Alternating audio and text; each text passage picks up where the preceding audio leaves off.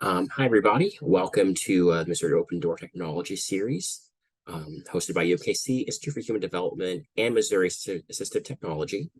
Today, we're going to be focusing on adaptive technology. Today's objectives, we're going to go over a couple of announcements, do a quick overview of Missouri's No Wrong Door initiative, talk about how we can use Charting the Life course, the Integrated Support Star, to help you plan and problem solve, and then learn some new ideas and strategies for adaptive gaming. So just a couple of our announcements real quick. Next slide, please, Catherine. There we go. So Missouri Assistive Technologies Power Up Conference is coming up on April 8th and April 9th in 2024. And it's going to be at the Holiday Inn Executive Center in Columbia, Missouri. And then the Trying the Life course showcase will be happening a little bit later, April 23rd to 25th in 2024 in Kansas City, Missouri. And more information will be coming out on both of those soon.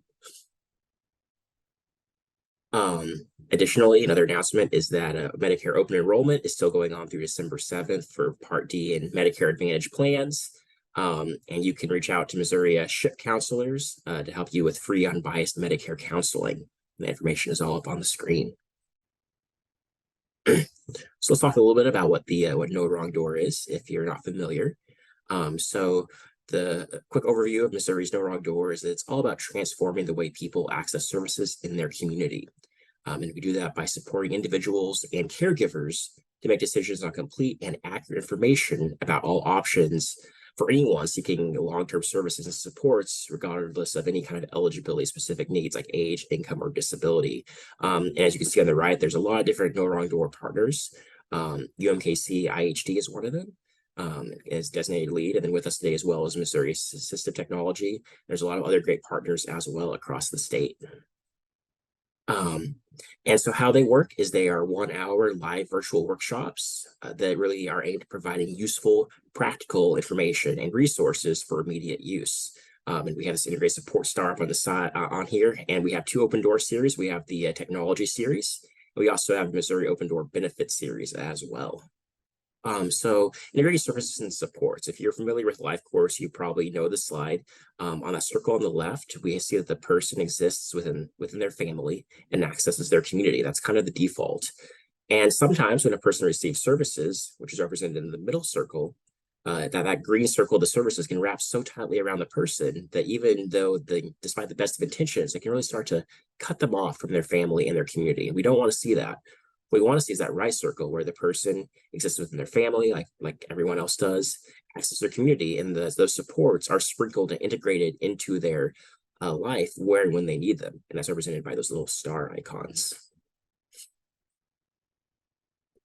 So specifically, what is Charting the Life course? So it is a framework and a set of tools and in common language that is designed to help you think differently about your vision for a good life, high expectations, and looking into integrating multiple types of supports.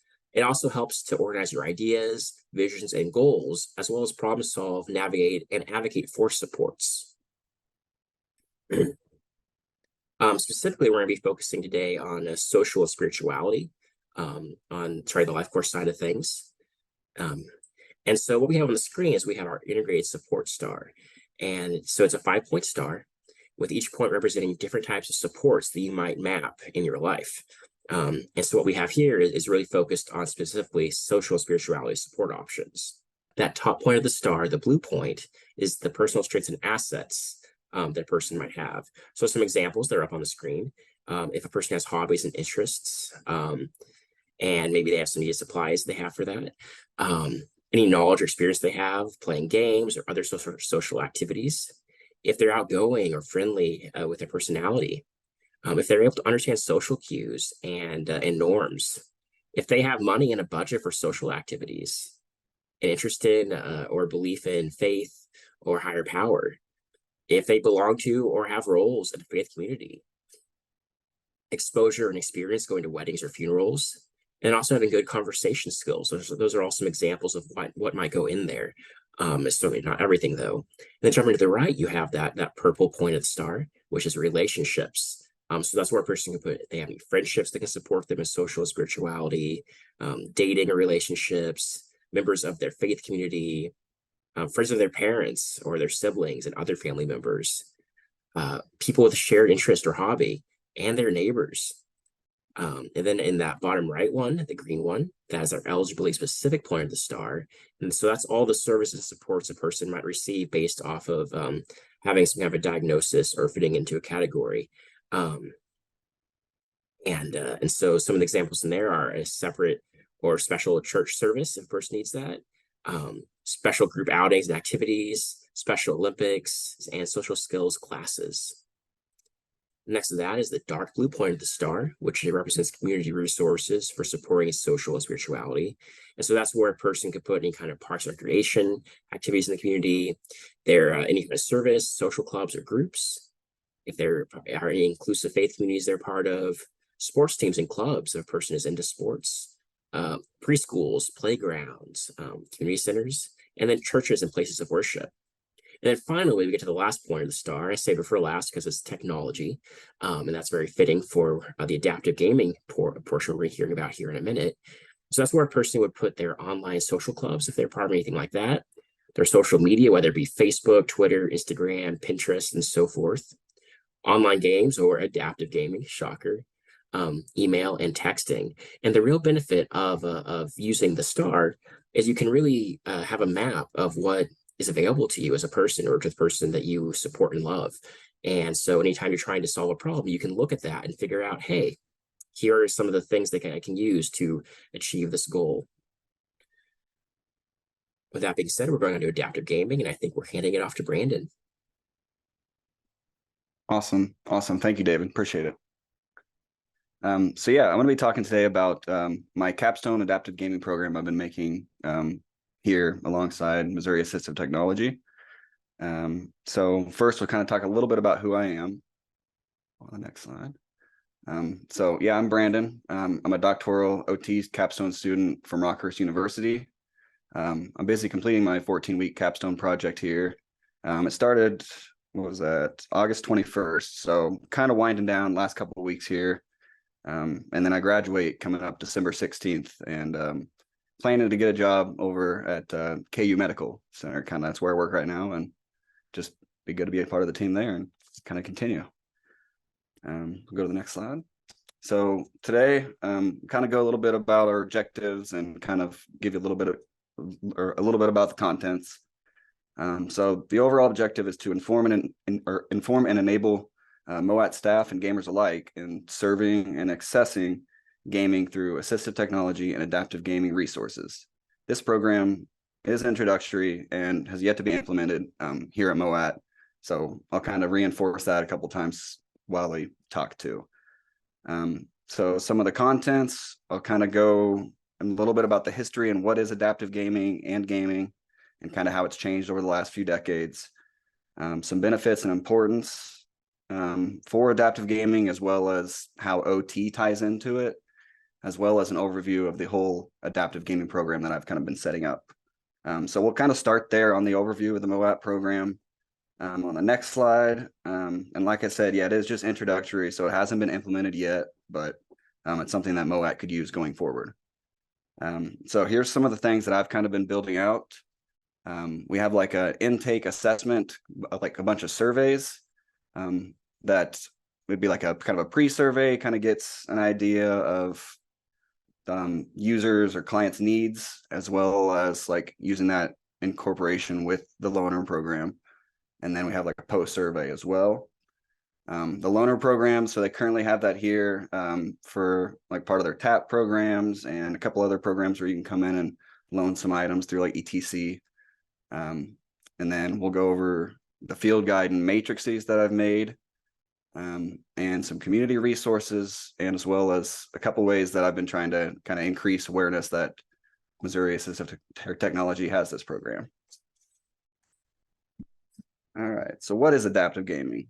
So gaming is a wide, inclusive, continuously developing community that provides the opportunity to meet new people and have unique experiences. Adaptive gaming kind of builds off that, and it's a powerful tool that can be used in rehab and can help achieve and can be achieved by gamifying switch access, whether that be through voice controls or any other tools that can be used to increase accessibility and result in higher acceptance rates of the technology. So here on the right, I have a photo of kind of one of the first first ones or first adaptive techniques. It was created by Nintendo for the Nintendo Entertainment System. You can see it just had a mic and a couple other like switch input devices, but wasn't very high tech. And then we'll kind of go through a couple of these others. In the 90s, closed captioning became more relevant. We all see that now on TV. Anytime you turn it on mute, it'll be on there. In 2009, Sony integrated button mapping for their standard controllers, which was kind of a big phase. We started seeing more button mapping. And I'd say here from the mid 2000s to present, we've really it's like an exponential curve on the technology. So I'll go through a couple others that aren't listed.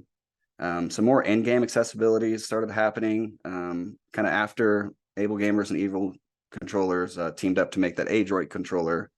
We had the colorblind mode for World of Warcraft come around in 2015. A big one that's not listed here is in 2017, Xbox introduced the co-pilot mode where you could use, somebody could be, you could use two controllers at once. So somebody else could assist if they needed for certain inputs.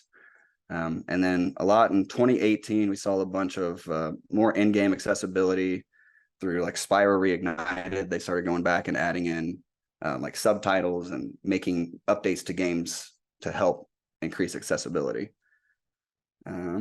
And then last couple ones here, we might be familiar with Xbox Adaptive Controller. That's been the big one in the news over the last couple years. And we've seen Nintendo now kind of make their own with the Hori Switch controller and the PlayStation Access controller. That's actually getting ready to come out here December 6th. And it'll be kind of the first for Sony to kind of adapt the same things that Nintendo and Xbox is. All right, moving on to some of the benefits. So here's just a couple little blurbs about utilizing gaming in anyone's personal life can really open up possibilities for a greater connection.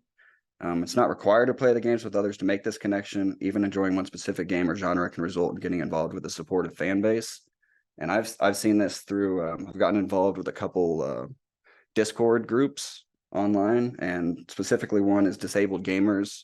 You get in there and it's just this whole community and forum where people have any questions about any type of game or setup or any specific question you have. You can pretty much find it in there and find somebody who has the same question and kind of help figure that out. So gaming is for everyone, no matter who you are or how you game, whether you're new to the game or a returning gamer who may need some adaptations to game effectively. There are solutions out there that are available. This next one we'll have a little video here that kind of hits on some more benefits. I found this from the Arizona Technology Access program. And so yeah, we'll kind of watch this. We all know that gaming is fun. I think that's pretty obvious. But today I want to talk about some of the other benefits of gaming that I think are really important to recognize.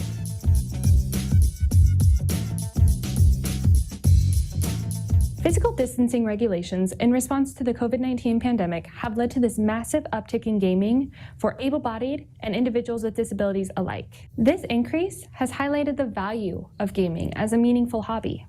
Gaming has shown to be one method of fostering connectivity and combating social isolation, which is really important for many people with disabilities.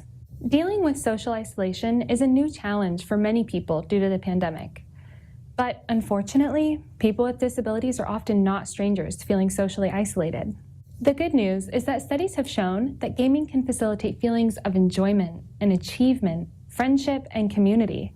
Granted, all of these benefits of gaming can be enjoyed by people with disabilities and able-bodied individuals alike, but I think we can agree that if people with disabilities are facing higher rates of social isolation, this can be especially important for this population. For some people, video gaming is their primary source for that social engagement and connectedness with their community. Now, an experience that gaming offers that is perhaps unique to people with disabilities is the opportunity for enablement. In the digital world, gamers with disabilities can independently game on a more level footing with able-bodied players. And they have the option of anonymity, freeing them from social perceptions of their disability if they choose. Gamers can enter a world that is accessible to them in ways that their built environment may not be.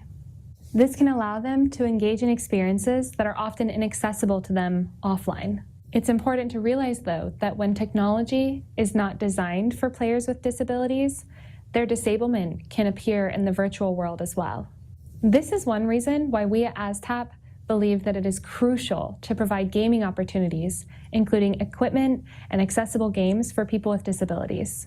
Now, you might be wondering, if our goal is to improve access, how does merely talking about the benefits of gaming improve access? How are they related, and what effect can that have? Well, when game and tech designers and funding agencies and policymakers understand the importance of gaming, there's a better chance that they'll become more invested in making gaming more accessible to players with a wide range of disabilities. And finally, if you're a gamer with a disability, or you want to be, I want you to be able to use this information about the benefits of gaming to advocate for yourself. Whether you're applying for community funding or talking to your family members about why this gaming equipment could improve your quality of life, I want you to use this video as a helpful resource. Again, if you have any questions about gaming or would like any resources or help with finding technology, please reach out to us at ASTAP. We'd love to help you.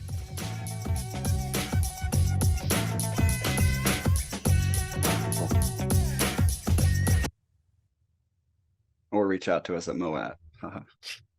Okay, good to go to the next slide.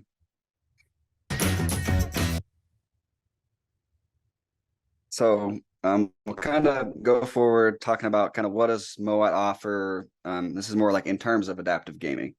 So we do know that they have like demonstrations and loaner kits already kind of through their ETC program. You can come in and kind of try out different things and see that. They do have demos for some of the adaptive gaming equipment here on site as well. Kind of what I did want to do was kind of put these together and kind of make like a hybrid program where it's not just loaner kits and not just coming in for just demos, but some like kind of like where you have like a peer counselor and be able to tell, like sit down and do your survey assessment, kind of see what's best need, and then try out some things. And if you do need to loan it, that's something that could kind of happen. So we'll go next. We'll talk about kind of the first step of it was like the assessments and the intake survey. Next slide. And so here on the right, there's a little link to two of the surveys. One's like a pre-survey as well as a post-survey. It kind of is used to kind of gauge clients' needs in coordination with like the demonstrations and trials. And then after they're finished with that, if they did end up trialing any of the equipment, they could use the post-survey to kind of, reinforce and let MOAT know how effective it was and kind of any changes that need to be made as well. So these two documents I've kind of been building my whole time I've been here. The big one is the top one, the MOAT Assistive Gaming Field Guide. So in there, it's like an all-encompassing how-to for kind of all the equipment that's here on site. It kind of gives descriptions, instructions, things to know before buying, as well as helpful resource links. And then in the matrices, there's 3 actual separate figure tables that I built in there, The first one is like a best loan matrix. So I did this to kind of reinforce what other states are doing for their adaptive gaming programs. And I went through the at3center.net and really kind of looked into other states and kind of has a big breakdown in there on different assessments they do, the equipment that they own, and whether they loan it and how long their loans are, and kind of more down that route. The second matrix was it kind of listed like every game that that's been purchased here at MOAT, as well as kind of best practices for how it's used or what devices are best used with that specific game. And finally, there's like a third smaller matrix that kind of goes, it's more about gamers' needs. So it breaks down based off, say if you had like a visual disability, these would be the best equipment, best games. And then there's like physical disabilities, and it kind of goes in more depth about the best games and equipment that be used for each specific, disability. Okay, gotta go to the next. So here's some resources that I've kind of used to help myself along the way, and wanted to kind of make sure everybody had some links to them as well. Can I Play That was formed in 2018. It's kind of is like a forum to like share stories and provides a voice kind of in the industry for those with disabilities. The Family Gaming Database, it's just a big database with kind of reviews from users about how well the game is accessible.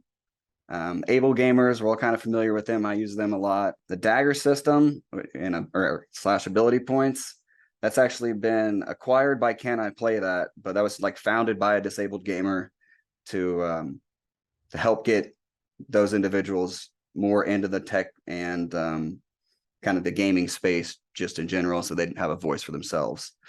And finally, the Nexus there is, it's kind of has a bunch of different reviews, guideline articles, and kind of how-to on different assistive software as well. One of the final parts for my program was to increase awareness that this program exists and that MOAD is here as an option for anybody who's interested in adaptive gaming. I've kind of built out a couple extra pages that could be used on their website as an adaptive gaming kind of hub, and it'd be a place to go and be able to loan games if they want to integrate that kind of down the road. As in terms of social media, I've built out various different Facebook posts and like a flyer that kind of they could post around and just be used to kind of increase that awareness. And then finally has been outreach, whether it be through like presentation like here, or being in contact with a couple of my other students in my cohort from Ability KC and Able Gamers as well. Okay. And then my final slide here. So I've been building out my portfolio, and there's a couple of excerpts here, a couple of quotes that I used in my literature review while doing a lot of research that really kind of hits at home and really reinforces kind of OT and gaming. So we'll just kind of look at a little part of it here. I circled in the first part, gaming as an occupation for all has unique characteristics that include a wide range of potentialities, such as interactivity, goal orientation, motivation through failure, immediate feedback, systemic requirement or response to stimuli, demand for hand-eye coordination, reinforcement systems, opportunities for peer group attention, and approval through competition.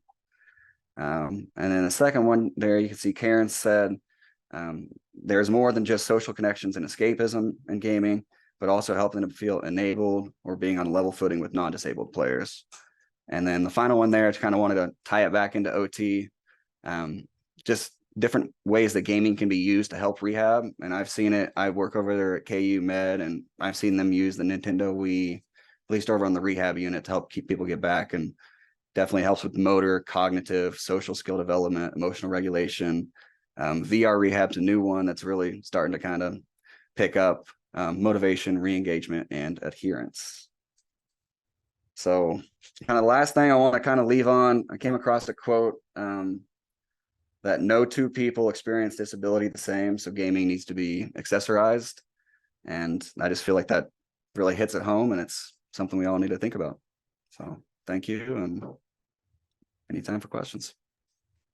Just survey, trying to get equipment. So in terms of that, I know here at MOAT, they did,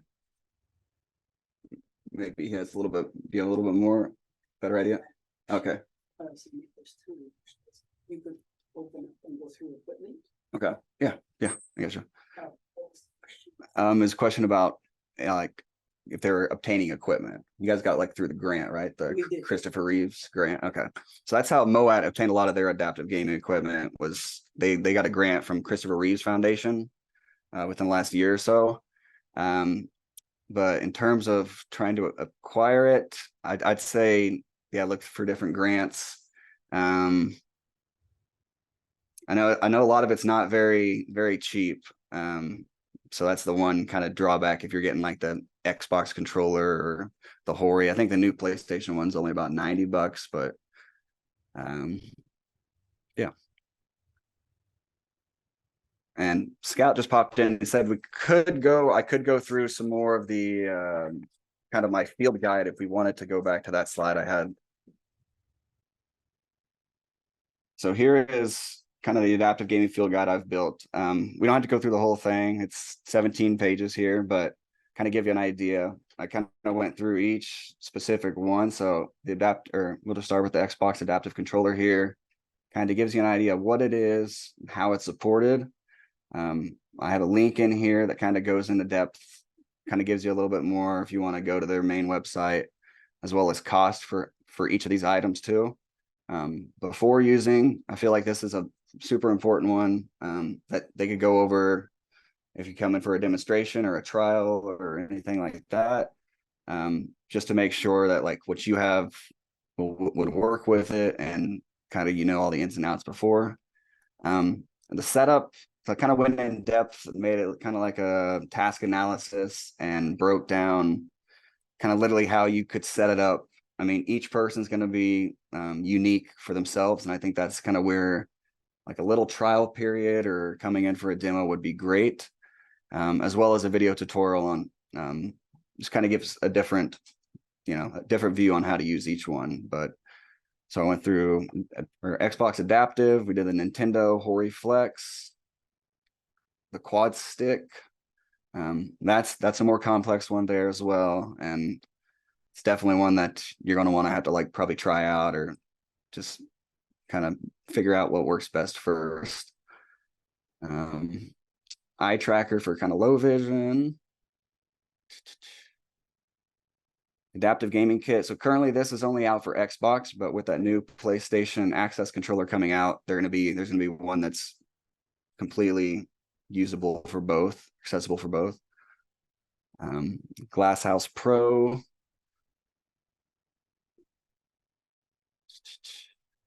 These are all just stuff that they have here as well that just increases accessibility and things that I guess kind of any user that could come in and trial out and see if it would help their setup kind of better. A big one that's becoming more relevant is 3D printing for adaptive gaming.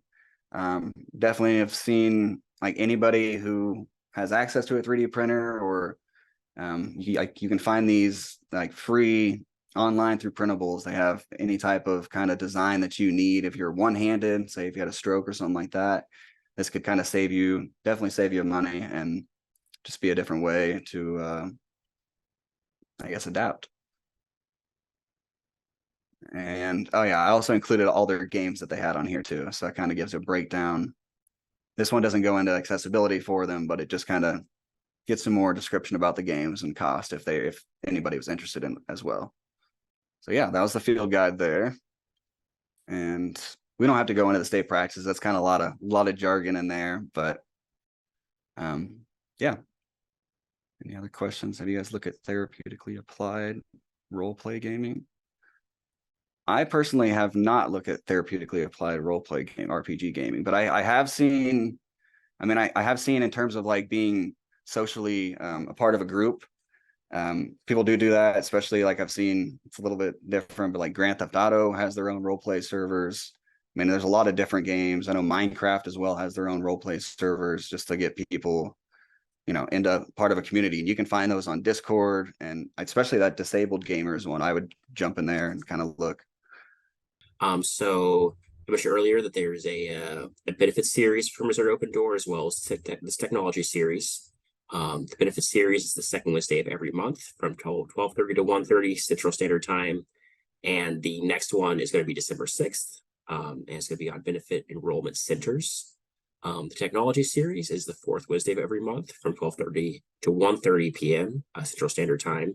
The next one would be December 20th, but that has been canceled due to the holidays and everything. But both of those series will be back in the new year. And then also, I just wanted to give a plug for Missouri Family to Family. It's a statewide resource center that you can go to mofamilytofamily.org, and they provide several really useful things.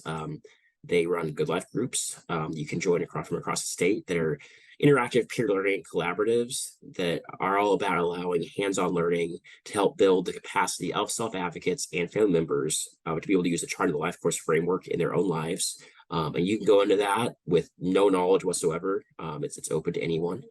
And then also they do a quarterly stakeholders meeting for Trying the Life Course and Family to Family. That next one will be December 4th from 10 a.m. to 3 p.m. at the Kaufman Conference Center in Kansas City. And there's a link there that I think this will be sent out later if you want to sign up for that. They also do various Trying the Life Course training workshops. And you can find all of those Life Course tools and whatnot on lifecoursetools.com, and a lot of information on Trying the Life Course as a whole, including foundation webinars that are just a free introductory webinar that really is a good place to get started if you're not familiar or you're wanting to refamiliarize yourself. And they're a monthly webinar that just really helps raise awareness and understanding of that framework and all the key tools. And then also they have a skill building series, or Trying the Life Course. And those are 4-part series where you can explore how to best use that framework and the tools in it to enhance exploration, problem solving, and planning. And there will be hands-on practice and group discussions, and that's all supported by certified life course coaches. And yeah, this is just what the website looks like if you go to lifecoursetools.com. And from there, you can go to the Life Course Library tab just to kind of find different tools and whatnot and cheat sheets for them. The Life Course Learning tab is a place where you can go to access those different webinars and whatnot and various videos. And you can also find our upcoming events and contact us as well from there. And then this is my and Brandon's contact information if you need or want to follow up on anything. And thank you so much, everybody.